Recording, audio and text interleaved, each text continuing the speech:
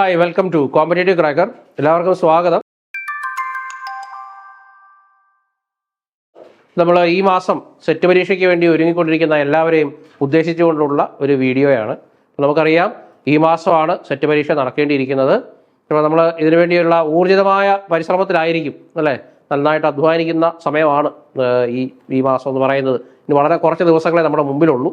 അപ്പോൾ ഇനി ഈ കുറച്ച് ദിവസങ്ങൾ കൊണ്ട് ഏതൊക്കെ പോർഷൻസ് പഠിക്കാൻ നമുക്ക് സാധിക്കും, അല്ലെങ്കിൽ ഏതൊക്കെ പോർഷൻസിന് കൂടുതൽ ഇമ്പോർട്ടൻസ് കൊടുക്കണം എന്നുള്ള കാര്യം നിങ്ങളുമായിട്ടൊന്ന് ഡിസ്കസ് ചെയ്യാനായിട്ടാണ് ഈ വീഡിയോയിലൂടെ കോമ്പറ്റേറ്റീവ് ക്രാക്കർ നിങ്ങളിലേക്ക് എത്തുന്നത്. ഇപ്പോൾ നമുക്കറിയാം, ഒരു 2 ആഴ്ചയോടെ ഒരു സമയമേ നമുക്കിനി നമ്മുടെ മുമ്പിലുള്ളൂ. അപ്പോൾ പഠിക്കാത്ത ഒരാളെ സംബന്ധിച്ചിടത്തോളം അത്ര ഡീപ്പായിട്ട് പഠിക്കാനുള്ളൊരു സമയമൊന്നും നമ്മുടെ മുമ്പിലില്ല ഫിസിക്സിനെ സംബന്ധിച്ച്. പക്ഷേ ഏകദേശം ഒന്ന് കവറപ്പ് ചെയ്ത ഒരാളെ സംബന്ധിച്ച് ഇനി ഏതൊക്കെ പോർഷൻസ് കൂടുതൽ ശ്രദ്ധിക്കണം, ഏതൊക്കെ പോർഷൻസിലെ കാര്യങ്ങൾ പഠിച്ചു കഴിഞ്ഞാൽ നിങ്ങൾക്ക് ഷുവറായിട്ടും എക്സാമിന് ക്വസ്റ്റ്യൻസ് പ്രതീക്ഷിക്കാം എന്നുള്ള കാര്യങ്ങൾ ഈ വീഡിയോയിലൂടെ ഞങ്ങൾ നിങ്ങളുമായിട്ട് ഡിസ്കസ് ചെയ്യുന്നു. അപ്പോൾ നമുക്ക് നോക്കാം. നമ്മുടെ ഏറ്റവും ആദ്യത്തെ യൂണിറ്റ് എന്ന് പറയുന്നത് മാത്തമാറ്റിക്കൽ ഫിസിക്സ് ആണ്. അപ്പോൾ മാത്തമാറ്റിക്കൽ ഫിസിക്സ് നിങ്ങൾക്കറിയാം ഏറ്റവും പ്രധാനപ്പെട്ട ടോപ്പിക്കുകളിൽ ഒന്നാണ്. അപ്പോൾ ഇതിനകത്ത് നിങ്ങൾക്ക് പഠിക്കേണ്ടിയിരിക്കുന്നത് ലീനിയർ ഓൾജിബ്ര വളരെ ഇമ്പോർട്ടൻ്റ് ആണ്. ലീനിയർ ഓൾജിബ്ര, അതായത് matrix, determinant, Cayley Hamilton theorem, അതിൻ്റെ ഐഗൺ വാല്യൂസ് കണ്ടുപിടിക്കുന്നത്, അങ്ങനത്തെ കാര്യങ്ങൾ വളരെ ഇമ്പോർട്ടൻ്റ് ആയിട്ടുള്ള കാര്യമാണ്. ഒരു ഡിറ്റർമിനൻ്റിൻ്റെ പ്രോപ്പർട്ടീസ് എന്തൊക്കെയാണെന്നും ഒരു മെട്രിക്സ് തന്നു കഴിഞ്ഞാൽ അതിൻ്റെ ഐഗൺ വാല്യൂസ്, ഐഗൺ വെക്ടറുകൾ എങ്ങനെ കണ്ടുപിടിക്കാമെന്നുള്ളതും, കെയ്ലി ഹാമിൽട്ടൺ തിയറം എങ്ങനെ അതിന് ആപ്ലിക്കബിൾ ആകുന്നു എന്നുള്ള കാര്യങ്ങളൊക്കെ ഒന്ന് പഠിച്ചു പോകുന്നത് നിങ്ങൾക്ക് ഒത്തിരി നല്ലതാണ്. പിന്നെ നിങ്ങൾക്ക് വളരെ ഇമ്പോർട്ടൻ്റ് ആയിട്ടുള്ള ഒരു കാര്യം ഫൂറിയർ ആൻഡ് ലാപ്ലേസ് ട്രാൻസ്ഫോമുകളാണ്. ഫൂറിയർ ആൻഡ് ലാപ്ലേസ് ട്രാൻസ്ഫോമുകൾ പഠിച്ചു വെക്കോ, ഒത്തിരി ഇമ്പോർട്ടൻ്റ് ആണ്. പിന്നെ കോംപ്ലക്സ് അനാലിസിസ്, എങ്ങനെ ഒരു സിമ്പിളായിട്ടുള്ള ഒരു കോംപ്ലക്സ് ഇൻ്റഗ്രൽ തന്നു കഴിഞ്ഞാൽ അതെങ്ങനെ സോൾവ് ചെയ്യാം എന്നുള്ള കാര്യങ്ങൾ മാത്തമാറ്റിക്കൽ ഫിസിക്സിൽ നിന്നും നിങ്ങൾ പഠിച്ചിരിക്കേണ്ടതാണ്. അപ്പോൾ മാത്തമാറ്റിക്കൽ ഫിസിക്സിൽ ഈ കാര്യങ്ങൾ നിങ്ങൾ പഠിച്ചു പോവുക, നിങ്ങൾക്ക് ഒത്തിരി ഉപകാരപ്പെടും. ഇനി അവസാനഘട്ട റിവിഷനിലേക്ക് പോകുമ്പോഴും നിങ്ങൾ ആ ഭാഗത്തിന് കൂടുതൽ ഇമ്പോർട്ടൻസ് കൊടുക്കുക, ആ ഭാഗത്തു നിന്നുള്ള ചോദ്യങ്ങളും കൂടുതൽ പരിശീലിക്കുക. മനസ്സിലായി എന്ന് കരുതുന്നു. ഇനി നോക്കുക, ഈ റെസിഡ്യൂ എങ്ങനെയാണ് കാൽക്കുലേറ്റ് ചെയ്യുന്നത്, അതൊക്കെ കോംപ്ലക്സ് അനാലിസിസിൽ പെടുന്നതാണ് കേട്ടോ. അത് പഠിച്ചു പൊക്കോണം, അതിനകത്തുനിന്ന് ചോദ്യങ്ങളുണ്ടാവും. പിന്നെ ക്ലാസിക്കൽ മെക്കാനിക്സിൽ നിന്നും നിങ്ങൾക്ക് ഏറ്റവും പ്രധാനമായിട്ട് പഠിക്കേണ്ടത് ലഗ്രാഞ്ചിയൻ ആൻഡ് ഹാമിൽട്ടോണിയൻ ഡൈനാമിക്സ് തന്നെയാണ്. ഒരു സിസ്റ്റം തന്നു കഴിഞ്ഞാൽ അതിനെ ലഗ്രാഞ്ചിയൻ എങ്ങനെ എഴുതാമെന്നും അതിലെ ഹാമിൽട്ടോണിയൻ എങ്ങനെ എഴുതാമെന്നും ഇത് തമ്മിലുള്ള ഇന്റർ കൺവേർഷൻ എങ്ങനെ നടത്താമെന്നുള്ളതും നിങ്ങൾ അറിഞ്ഞിരിക്കേണ്ടതാണ്. ഒരു ലഗ്രാഞ്ചിയൻ തന്നു കഴിഞ്ഞാൽ ഹാമിൽട്ടോണിയൻ എങ്ങനെ കണ്ടുപിടിക്കാം, ഹാമിൽട്ടോണിയൻ തന്നു കഴിഞ്ഞാൽ ലഗ്രാഞ്ചിയൻ എങ്ങനെ കണ്ടുപിടിക്കാം, ഇതിൻ്റെ equations of motion, Lagrange's equation of motion, Hamilton's equations of motion, അതൊക്കെ പരിശീലിച്ച് പോക്കോണം. അതിൻ്റെ ചോദ്യങ്ങളും നിങ്ങൾക്ക് പ്രതീക്ഷിക്കാവുന്നതാണ്. പിന്നെ ഇതിനകത്തുനിന്ന് പിന്നെ പഠിക്കേണ്ടത് പിന്നെ നിങ്ങൾക്ക് ഏറ്റവും പ്രധാനമായിട്ട് പഠിക്കേണ്ടത് പോയ്സൺ ബ്രാക്കറ്റ് ഇമ്പോർട്ടൻ്റ് ആണ്, അത് പഠിച്ചോണം. കാനോനിക്കൽ ട്രാൻസ്ഫോർമേഷനും പഠിച്ചു പൊക്കോണം, അതിനകത്തുനിന്നും ചോദ്യങ്ങൾ പ്രതീക്ഷിക്കാവുന്നതാണ്. ഇത്രയുമാണ് നമ്മുടെ ക്ലാസിക്കൽ മെക്കാനിക്സിൽ. ഇത് മാത്രമാണ് പഠിക്കേണ്ടതെന്ന് ഞാൻ പറയുന്നില്ല.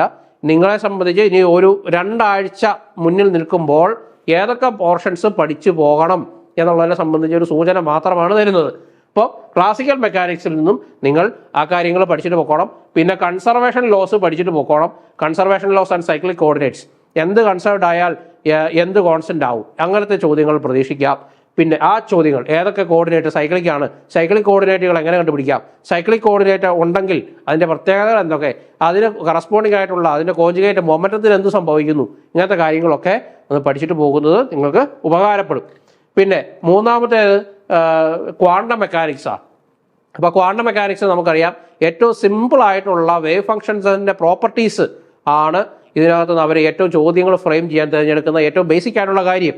ഇപ്പോൾ ഒരു വേവ് ഫംഗ്ഷൻ എങ്ങനെ നോർമലൈസ് ചെയ്യാം എന്നുള്ള ചോദ്യത്തിൽ തുടങ്ങി പ്രോബബിലിറ്റി എങ്ങനെ കാൽക്കുലേറ്റ് ചെയ്യുന്നു, എക്സ്പെക്ടേഷൻ വാല്യൂസ് എങ്ങനെ കാൽക്കുലേറ്റ് ചെയ്യുന്നു, ഇങ്ങനത്തെ ഈ കാര്യങ്ങളൊക്കെ നമ്മുടെ basic properties of wave function ആ ഒരു കോൺസെപ്റ്റ് വെച്ചിട്ട് അവർ ഫ്രെയിം ചെയ്യാൻ സാധ്യതയുണ്ട്. ആ ചോദ്യ മാതൃകകൾ പരിചയപ്പെട്ടിട്ട് പൊക്കോണം പരീക്ഷയ്ക്ക്. പിന്നെ ഇതിനകത്ത് നിന്ന് ഏറ്റവും പ്രധാനമായിട്ട് നിങ്ങൾ പഠിക്കേണ്ടത് അൺസർട്ടനിറ്റി പ്രിൻസിപ്പിൾ, കമ്മ്യൂട്ടേഷൻ റിലേഷൻസ്, അത് ഇമ്പോർട്ടൻ്റ് ആണ്. കമ്മ്യൂട്ടേഷൻ റിലേഷൻസ് പോയ്സൺ ബ്രാക്കറ്റുമായിട്ട് കണക്ട് ചെയ്ത് പഠിച്ചാൽ നിങ്ങൾക്ക് എളുപ്പത്തിൽ ഓർത്തിരിക്കാൻ പറ്റും. അത് തമ്മിലുള്ള റിലേഷനൊക്കെ നമ്മുടെ ക്ലാസ്സിൽ നമ്മൾ ഡിസ്കസ് ചെയ്തിട്ടുണ്ട്. ആ കാര്യങ്ങൾ നിങ്ങൾ പഠിച്ചിട്ട് പൊക്കോണം, ഇമ്പോർട്ടൻ്റ് ആണ്. പിന്നെ ഇതിനകത്തുനിന്ന് പിന്നെ പഠിക്കേണ്ടിയിരിക്കുന്നത് വൺ ഡയമെൻഷണൽ ബോക്സ് അതിൻ്റെ ആപ്ലിക്കേഷൻസ്, ലീനിയർ ഹാർമോണിക് ഓസിലേറ്ററിൻ്റെ ബേസ് ഒന്ന് പഠിച്ചിട്ട് പോവുക. അപ്പം പിന്നെ നിങ്ങൾ പഠിക്കേണ്ടത് ആംഗുലാർ മൊമെൻ്റ് ഓഫ് ആൾജിബ്ര അതിൻ്റെ കമ്മ്യൂട്ടേഷൻ റിലേഷൻസ് ഒക്കെ ഒന്ന് പഠിച്ചിട്ട് പോവുക. അത്രയും നിങ്ങൾ പഠിച്ചു പോയാൽ പിന്നെ പെർട്ടർബേഷൻ തിയറി ആണെങ്കിലും ഫസ്റ്റ് ഓർഡർ കറക്ഷൻ എങ്ങനെ കാൽക്കുലേറ്റ് ചെയ്യുന്നു, അത് എക്സ്പെക്ടേഷൻ വാല്യൂവിൽ നമ്മൾ പഠിക്കുന്ന കാര്യം തന്നെയാണ്. അപ്പോൾ എങ്ങനെ എക്സ്പെക്ടേഷൻ വാല്യൂ കാൽക്കുലേറ്റ് ചെയ്യാം എന്നുള്ളതിൻ്റെ ആപ്ലിക്കേഷൻ ലെവലായിട്ടുള്ള ചോദ്യമാണ് നമുക്ക് first order correction in energy ആയിട്ടൊക്കെ വരിക. അപ്പോൾ ആ കാര്യങ്ങളും നിങ്ങൾ ക്വാണ്ടം മെക്കാനിക്സിൽ ഒന്ന് പഠിച്ചിട്ട് പോയാൽ നിങ്ങൾക്ക് വളരെ എളുപ്പത്തിൽ നിങ്ങൾക്ക് ക്വാണ്ടം മെക്കാനിക്സിൽ നിന്നുള്ള മാർക്കും നിങ്ങൾക്ക് ലഭിക്കും. പിന്നെ നാലാമത് വരുന്നത് നമ്മുടെ സ്റ്റാറ്റിസ്റ്റിക്കൽ മെക്കാനിക്സ് ആണ്. അപ്പോൾ സ്റ്റാറ്റിസ്റ്റിക്കൽ മെക്കാനിക്സിൽ നിങ്ങൾക്ക് തെർമോഡൈനാമിക് പൊട്ടൻഷ്യൽസ്, ഡിഫറെൻറ്റ് പൊട്ടൻഷ്യൽസ് നമുക്കറിയാം. ആ തെർമോഡൈനാമിക് പൊട്ടൻഷ്യൽസ് അതിൻ്റെ റിലേഷൻസ് ഒന്ന് പഠിച്ചു പോകുന്നത് നിങ്ങൾക്ക് നല്ലതാണ്. മാക്സ്വെൽസ് റിലേഷൻസ് ഓക്കെ പഠിച്ചിട്ട് പോവുക. ഓക്കെ, പിന്നെ നിങ്ങൾക്ക് പഠിക്കേണ്ടത് ഒരു മൈക്രോ സ്റ്റേറ്റുകൾ എങ്ങനെ കാൽക്കുലേറ്റ് ചെയ്യാം എന്നുള്ളത് ആ ഒരു ഭാഗം പഠിച്ചിട്ട് പോകണം. പിന്നെ എൻസെമ്പിളുകളും അതിൻ്റെ പാർട്ടീഷൻ ഫംഗ്ഷൻസും പഠിച്ചിട്ട് പോകണം. മൈക്രോ കാനോനിക്കൽ, ഗ്രാൻഡ് കാനോനിക്കൽ, അതിൻ്റെ പാർട്ടീഷൻ ഫംഗ്ഷന്, പിന്നെ ആ കാര്യങ്ങൾ നിങ്ങളിത് പഠിച്ചിട്ട് പോകുന്നത് ഒത്തിരി നല്ലതാണ്. പിന്നെ അതുപോലെ തന്നെ നിങ്ങൾക്ക് സമയം ഉണ്ട് എങ്കിൽ നിങ്ങൾ പഠിക്കേണ്ടത് classical statistics, quantum statistics, boss Einstein Maxwell Boltzmann distribution, boss Einstein distribution, അതൊക്കെ ഒന്ന് അതിൻ്റെ ഡിസ്ട്രിബ്യൂഷൻ ഫംഗ്ഷൻസ് എങ്കിലും ഒന്ന് പരിചയപ്പെട്ടിട്ട് പോകുന്നത് നിങ്ങൾക്ക് നല്ലതാണ്. അത്രയുമാണ് നിങ്ങൾ നമ്മുടെ സ്റ്റാറ്റിസ്റ്റിക്കൽ മെക്കാനിക്സിൽ നിന്ന് നിങ്ങൾ പഠിക്കേണ്ടത്. പിന്നെ ഇലക്ട്രോ മാഗ്നറ്റിക് തിയറിയിൽ നമ്മൾ ഇലക്ട്രോസ്റ്റാറ്റിക്സ് അതിൻ്റെ ബേസിക്സ് ഒന്ന് പഠിച്ചിട്ട് പോവുക. നമ്മൾ +2 പഠിച്ച കാര്യങ്ങൾ തന്നെയാണ്. നമ്മൾ ലോറൻസ് ഫോഴ്സ് മുതൽ ഗോസസ് ലോ അങ്ങനത്തെ കാര്യങ്ങൾ അതൊക്കെ അത് പഠിച്ചിട്ട് പോവുക. കൂളംസ് ലോ അതാണ് ഏറ്റവും തുടക്കം അല്ലേ. കൂളംസ് ലോ, ഗോസസ് ലോ, പിന്നെ അങ്ങനെ വന്ന് നമ്മുടെ മാഗ്നറ്റോസ്റ്റാറ്റിക്സ് വരെ ഒന്ന് ജസ്റ്റ് ഒന്ന് ആ മെയിൻ ഫോർമുലാസ് ഒക്കെ ഒന്ന് മനസ്സിലാക്കി പോകുന്നത് നമ്മുടെ പ്രോബ്ലംസ് ചെയ്യാൻ നിങ്ങളെ ഒത്തിരി സഹായിക്കും. സോ അത് ഒന്ന് നോക്കിയിട്ട് പോവുക. പിന്നെ ഇമ്പോർട്ടൻ്റ് ആയിട്ട് നിങ്ങൾ പഠിക്കേണ്ടത് മാക്സ്വെൽസ് ഇക്വേഷൻസ് അതിൻ്റെ ഫ്രീ സ്പേസിലുള്ളത്, പിന്നെ linear form of Maxwell's equations, അതൊക്കെ നിങ്ങളത് പഠിച്ച് മനസ്സിലാക്കുന്നത് നല്ലതാണ്. അതിനകത്തുനിന്ന് ചോദ്യങ്ങളുണ്ടാവും. പിന്നെ സ്കേലാർ ആൻഡ് വെക്ടർ പൊട്ടൻഷ്യൽസ് അതിൻ്റെ പ്രോബ്ലംസ് ഒക്കെ നമ്മൾ ക്ലാസ്സിൽ ചെയ്യിപ്പിച്ചിട്ടുണ്ട്. അതും ഒന്ന് ചെയ്ത് നോക്കിയിട്ട് പോവുക. പിന്നെ അതിനകത്ത് ഒത്തിരി ചോദ്യങ്ങളുണ്ടാകും കേട്ടോ. ആ ചോദ്യങ്ങളൊക്കെ ഒന്ന് പഠിച്ചിട്ട് പോകുന്നത് നല്ലതാണ്. അതാണ് ഇലക്ട്രോ മാഗ്നറ്റിക് തിയറിയിൽ നിങ്ങൾ പഠിക്കേണ്ട പ്രധാനപ്പെട്ട കാര്യങ്ങൾ. അത് പഠിച്ചിട്ട് പോയി കഴിഞ്ഞാൽ പിന്നെ നിങ്ങൾക്ക് ട്രാൻസ്മിഷൻ ലൈൻസ് ആൻഡ് വേവ് ഗൈഡിൽ നിന്നും സാധാരണ ചോദ്യങ്ങൾ ഉണ്ടാവാറുണ്ട്. ചിലപ്പോൾ കട്ട് ഓഫ് ഫ്രീക്വൻസി കാൽക്കുലേറ്റ് ചെയ്യാണ്, ത്രഷോൾഡ് ഫ്രീക്വൻസി കാൽക്കുലേറ്റ് ചെയ്യാണ്, cut off wave length calculate ചെയ്യാണ്, അങ്ങനത്തെ ചോദ്യങ്ങൾ. ആ ഫോർമുല എങ്കിലും ഒന്ന് പഠിച്ചിട്ട് പോയാൽ നിങ്ങൾക്ക് തരുന്ന ചോദ്യങ്ങൾ ഒന്ന് മനസ്സിലാക്കാനും പെട്ടെന്ന് ഉത്തരം എഴുതാനും പറ്റും. അപ്പം ആ കാര്യങ്ങളും നിങ്ങൾ ഒന്ന് നോക്കിയിട്ട് പോവുക ഇലക്ട്രോമാഗ്നറ്റിക് തിയറിയിൽ നിന്ന്. പിന്നെ atomic and molecular physics important ആണ്. അതിനകത്തു നിന്നും നിങ്ങൾക്ക് ഏറ്റവും പ്രധാനമായിട്ട് പഠിക്കേണ്ടത് coupling, LS coupling, JJ coupling, Zeeman, Paschen back effect, Stark effect, അത് പഠിച്ചിട്ട് പോവുക. അതിനകത്തുനിന്ന് ചോദ്യങ്ങളുണ്ടാവും. പിന്നെ ബോൺ ഓപ്പൺഹൈമർ, പിന്നെ electronic rotational vibrational and Raman spectrum of diatomic molecules, അതിൻ്റെ സെലക്ഷൻ റൂളുകൾ, അത് ഒന്ന് നോക്കിയിട്ട് പോവുക. അതൊന്നും അധികം സമയമെടുക്കുന്ന കാര്യമല്ല, പെട്ടെന്ന് തന്നെ നമുക്ക് നോക്കിയിട്ട് പോകാവുന്ന കാര്യങ്ങൾ തന്നെയാണ്. സോ അതൊന്ന് പഠിച്ചിട്ട് പോയി കഴിഞ്ഞാൽ നിങ്ങൾക്ക് അതിനകത്തുനിന്ന് ചോദ്യങ്ങൾ എളുപ്പത്തിൽ ആൻസർ ചെയ്യാനായിട്ട് പറ്റും. ലേസറിനകത്തുനിന്ന് ചോദ്യങ്ങൾ അങ്ങനെ കണ്ടിട്ടില്ല, പക്ഷേ ചോദിക്കാൻ സാധ്യതയുണ്ട്. നിങ്ങൾക്ക് താല്പര്യമുണ്ടെങ്കിൽ സമയമുണ്ടെങ്കിൽ ലേസർ കൂടി ഒന്ന് നോക്കിയിട്ട് പോയിക്കോളൂ. ഐൻസ്റ്റീൻ കോഎഫിഷ്യൻസ് അതിൻ്റെ ഡെറിവേഷൻ ഒന്നും പഠിക്കണ്ട, അത് നമ്മളുടെ റിലേഷൻ എങ്ങനെ കാൽക്കുലേറ്റ് ചെയ്യുന്നു അങ്ങനത്തെ കാര്യങ്ങളൊക്കെ ഒന്ന് നോക്കിയിട്ട് പോവുക. പിന്നെ റേറ്റ് ഇക്വേഷൻ, അതിൻ്റെ കൊഹറൻസ് ലെങ്ത് എങ്ങനെ കാൽക്കുലേറ്റ് ചെയ്യുന്നു, കൊഹറൻസ് ലെങ്തിൻ്റെ ഇക്വേഷനൊക്കെ ഒന്ന് പഠിച്ചിട്ട് പോയിക്കൊള്ളുക. എന്താണ് കാര്യങ്ങൾ എന്നത് അറ്റ്ലീസ്റ്റ് ഒന്ന് മനസ്സിലാക്കി പോകുന്നത് ഒത്തിരി ഉപകാരപ്പെടുന്നതാണ്. പിന്നെ നമ്മുടെ ന്യൂക്ലിയർ ആൻഡ് പാർട്ടിക്കിൾ ഫിസിക്സിനകത്തുനിന്ന് അവർ പ്രധാനമായിട്ടും ചോദ്യങ്ങൾ ഫ്രെയിം ചെയ്യുക ബേസിക് ന്യൂക്ലിയർ പ്രോപ്പർട്ടീസ് തന്നെയാണ്. അപ്പോൾ അതിൻ്റെ സൈസുമായി ബന്ധപ്പെട്ട R=0a⁻1/3 അതിനകത്തുനിന്ന് ആ ഒരു ഇക്വേഷൻ അതിൽ നിന്നുള്ള ചോദ്യങ്ങളുണ്ടാവും. പിന്നെ shape, charge distribution, spin and parity, parity എങ്ങനെ എഴുതാം എന്നുള്ളതൊക്കെ നിങ്ങൾക്ക് മനസ്സിലാക്കിയിരിക്കേണ്ടതാണ്. അതാണ് അതിനകത്തുനിന്ന് പഠിക്കാനുള്ള പ്രധാനപ്പെട്ട കാര്യം. പിന്നെ വരുമ്പോൾ പാർട്ടിക്കിൾ ഫിസിക്സാണ്. പാർട്ടിക്കിൾ ഫിസിക്സ് നിങ്ങൾക്കറിയാം, പാർട്ടിക്കിൾ ഫിസിക്സ് കംപ്ലീറ്റ് ആയിട്ട് നിങ്ങൾ പഠിച്ചിരിക്കണം. Elementary particles and their quantum numbers complete ആയിട്ട് പഠിച്ചിരിക്കണം. അതിനകത്തൊന്നും ഒന്നും ഒഴിവാക്കാനില്ല. ഞാൻ എപ്പോഴും പറയാറുള്ളതാണ്, ഒരൊറ്റ ഷീറ്റിൽ ആ പാർട്ടിക്കിൾസ്, അതിൻ്റെ ഡിവിഷൻ, ഏത് പാർട്ടിക്കിൾ ഏത് സബ് ഡിവിഷൻ്റെ കീഴിൽ വരുന്നു, അങ്ങനത്തെ കാര്യങ്ങൾ, പിന്നെ അതിൻ്റെ ക്വാണ്ടം നമ്പർ, സ്ട്രെയിനറസ് ഉണ്ടെങ്കിൽ അത്, അങ്ങനത്തെ കാര്യങ്ങളെല്ലാം മനസ്സിലാക്കി വെക്കുന്നത് നിങ്ങൾക്ക് നല്ലതാണ്. ഒരൊറ്റ ഷീറ്റ് കംപ്ലീറ്റ് ആയിട്ട്, ഒരു പേജിൽ നിങ്ങൾ കംപ്ലീറ്റ് ആയിട്ട് ആ പാർട്ടിക്കിൾസിൻ്റെ അതിൻ്റെ ക്ലാസിഫിക്കേഷൻ കംപ്ലീറ്റ് ആയിട്ട് എഴുതി അത് മനസ്സിലാക്കാനായിട്ട് ശ്രദ്ധിക്കുക. അപ്പോൾ നിങ്ങൾക്ക് എലമെൻ്ററി പാർട്ടിക്കിൾ ഫിസിക്സ് എങ്ങനെ ഏത് ഭാഗത്ത് വരുന്നു, പിന്നെ ഇപ്പോൾ ഒരു ന്യൂക്ലിയർ റിയാക്ഷൻ തന്നിട്ട് അത് ഫീസിബിൾ ആണോ അല്ലയോ, എന്തുകൊണ്ട് അത് ഫീസിബിൾ ആകുന്നില്ല, ഏത് ക്വാണ്ടം നമ്പർ വയലേഷൻ ആണ് നടക്കുന്നത്, അങ്ങനത്തെ ചോദ്യങ്ങളൊക്കെ നിങ്ങൾക്ക് എക്സ്പെക്റ്റ് ചെയ്യാവുന്നതാണ്. അത് ചോദിക്കാവുന്നതുമാണ്. അത് പ്രാക്ടീസ് ചെയ്തിട്ട് പോവുക. അതാണ് നിങ്ങൾക്ക് ഇതിനകത്ത് നിന്ന് പഠിക്കാനുള്ളത്. പിന്നെ വരുന്നത് കണ്ടൻസ്ഡ് മാറ്റർ ഫിസിക്സാണ്. ഇപ്പോൾ കണ്ടൻസ്ഡ് മാറ്റർ ഫിസിക്സിലും നിങ്ങൾക്ക് ഇതുപോലെ തന്നെ റെസിപ്രോക്കൽ ലാറ്റിസ് ചോദ്യങ്ങളുണ്ടാവും. പിന്നെ diffraction, N lambda = 2D sin θ, ആ ഫോർമുല വെച്ചിട്ട് ചോദ്യങ്ങൾ, നല്ല നല്ല പ്രോബ്ലംസ് ഉണ്ടാകാനുള്ള സാധ്യതയുണ്ട്. അത് നിങ്ങളൊന്ന് നോക്കിയിട്ട് പോവുക. പിന്നെ സ്പെസിഫിക് ഹീറ്റിനകത്ത് നിന്ന് നിങ്ങൾക്ക് കഴിഞ്ഞ തവണയൊക്കെ ഐൻസ്റ്റീൻ മോഡലിൻ്റെ ഇക്വേഷനാണ് ചോദിച്ചിരുന്നത്. Which of the following represents Einstein model, അങ്ങനത്തെ ചോദ്യങ്ങളൊക്കെ. അപ്പം ഡയറക്റ്റായിട്ട് അതിനകത്ത് ഫോർമുല തന്നെ തന്നിട്ട് നമ്മളോട് ചോദിക്കാൻ സാധ്യതയുള്ള പോർഷൻസ് ആണ് നമ്മുടെ കണ്ടൻസ്ഡ് മാറ്റർ ഫിസിക്സ്. അപ്പോൾ അതിനകത്തുനിന്നുള്ള ചോദ്യങ്ങളും നിങ്ങൾ ഇത്തരത്തിലുള്ള ഭാഗങ്ങൾ പഠിക്കുന്നത്, Drude model, Einstein model, Debye model, അതൊക്കെ പഠിച്ചു പോയെന്നാൽ നിങ്ങൾക്ക് ഒത്തിരി ഉപകാരപ്പെടും. അത് പഠിച്ചിട്ട് പോവുക. പിന്നെ നിങ്ങൾക്ക് സൂപ്പർ കണ്ടക്ടിവിറ്റിയിൽ നിന്ന് ഡയറക്റ്റ് ഫോർമുല തന്നിട്ട് ചോദിക്കാറുണ്ട്.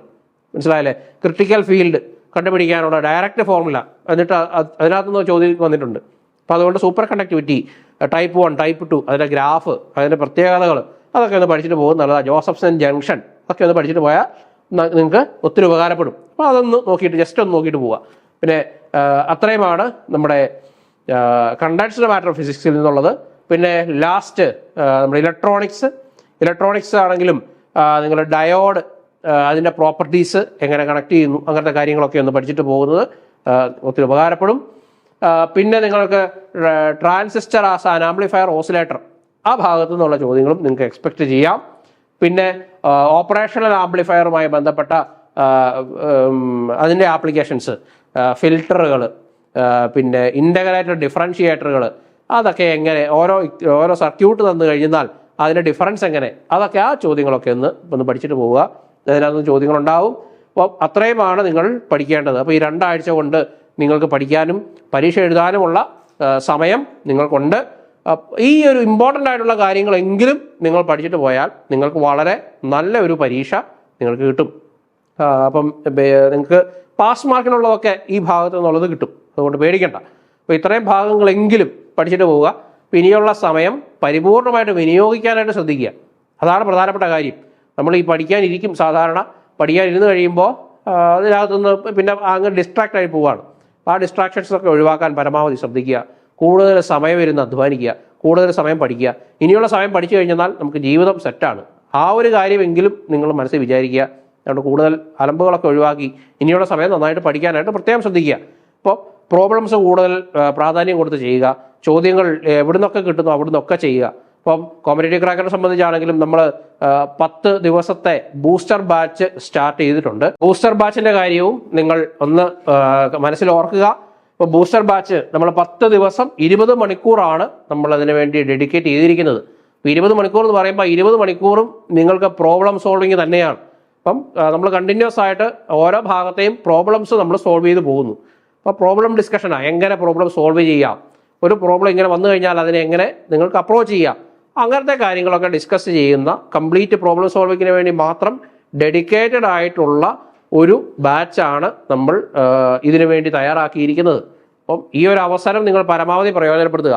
ഇനി നിങ്ങൾക്ക് പഠിക്കാൻ സാധിച്ചിട്ടില്ല എങ്കിൽ നിങ്ങൾക്ക് ഒരു എക്സാമിന് പ്രിപ്പയർ ചെയ്യാൻ നിങ്ങൾക്ക് സമയമില്ല എങ്കിൽ നിങ്ങൾക്ക് ഈ ബൂസ്റ്റർ ബാച്ചിൻ്റെ സേവനം നിങ്ങൾക്ക് ഉപയോഗപ്പെടുത്താം. ഇനി നിങ്ങൾ പഠിച്ചു കഴിഞ്ഞു, നിങ്ങൾക്ക് ഇനി ചോദ്യങ്ങൾ പരിചയപ്പെട്ടാൽ മതി. അങ്ങനെയുള്ള ആൾക്കാരെ സംബന്ധിച്ചും ഈ ബൂസ്റ്റർ ബാച്ച് ഒത്തിരി ഉപകാരപ്പെടും. കാരണം നിങ്ങൾക്ക് കൂടുതൽ പ്രോബ്ലംസ് ചെയ്യാനായിട്ട് പറ്റും, കൂടുതൽ ചോദ്യങ്ങൾ പരിചയപ്പെടാൻ പറ്റും.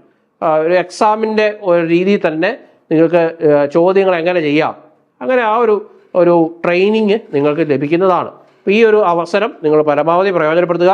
General paper, mathematics, English, chemistry, commerce, history, physics ഇത്രയും വിഷയങ്ങൾക്കാണ് നമ്മൾ ഈ ബൂസ്റ്റർ ബാച്ച് നമ്മൾ ഒരുക്കിയിരിക്കുന്നത്. നിങ്ങൾ ഈ ബൂസ്റ്റർ ബാച്ചിൻ്റെ സേവനം പരമാവധി ഉപയോഗപ്പെടുത്തുക. അപ്പോൾ ഇനി പഠിക്കാൻ സാധിച്ചിട്ടില്ല അങ്ങനെയുള്ള ചിന്ത ഉള്ളവരുണ്ട് എങ്കിൽ നിങ്ങൾ പേടിക്കൊന്നും വേണ്ട. ഈ ഒരു പരീക്ഷ ഒന്ന് എഴുതി നോക്കുക. എന്നിട്ട് നിങ്ങൾക്ക് പറ്റുന്നില്ല എന്നുണ്ടെങ്കിൽ അടുത്ത തവണ നിങ്ങൾ നന്നായിട്ട് പഠിച്ചിട്ട് ഒരുങ്ങുക. ആദ്യത്തെ തവണ തന്നെ നിങ്ങൾ പഠിക്കാൻ ശ്രമിക്കുക. ഇത്തവണ പല കാരണങ്ങൾ കൊണ്ട് പഠിക്കാൻ പറ്റിയില്ല എന്നുണ്ടെങ്കിൽ ഈ തവണത്തെ പരീക്ഷയ്ക്ക് നിങ്ങളൊന്ന് പോയി ഗിവ് ഇറ്റ് എ ട്രൈ, ഒന്ന് പരിശ്രമിച്ച് നോക്കുക. എന്നിട്ട് അടുത്ത പരീക്ഷയ്ക്ക് വേണ്ടി നന്നായിട്ട് പരിശ്രമിക്കുക. അപ്പോൾ ഈ ഒരു പരീക്ഷയ്ക്ക് എല്ലാ വിജയാശംസകളും ഞാൻ എല്ലാവർക്കും നേരുന്നു. അപ്പോൾ ഞാൻ ഇപ്പോൾ ഡിസ്കസ് ചെയ്ത ഈ ഒരു പോർഷൻസ് എങ്കിലും മിനിമം പഠിച്ചിട്ട് പോവുക. അതിനകത്തുനിന്ന് ചോദ്യങ്ങൾ പരിചയപ്പെടുക. മാക്സിമം ആ ഒരു ചോദ്യങ്ങൾ നിങ്ങൾ പരമാവധി ചെയ്യുക.